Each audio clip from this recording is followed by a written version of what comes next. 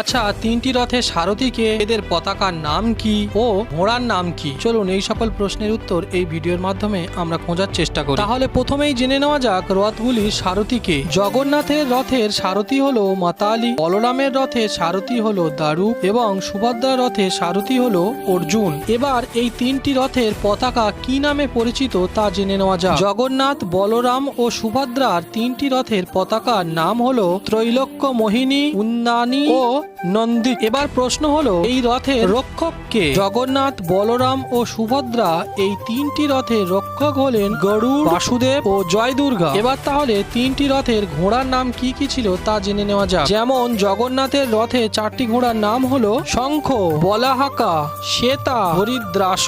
বলরামের রথে চারটি ঘোড়ার নাম হলো তীব্রা, ঘোড়া, দীর্ঘ শর্মা, স্বর্ণনাভ। সুভদ্রার রথে চারটি ঘোড়ার নাম হলো রুচিকা, মচিকা, জিতা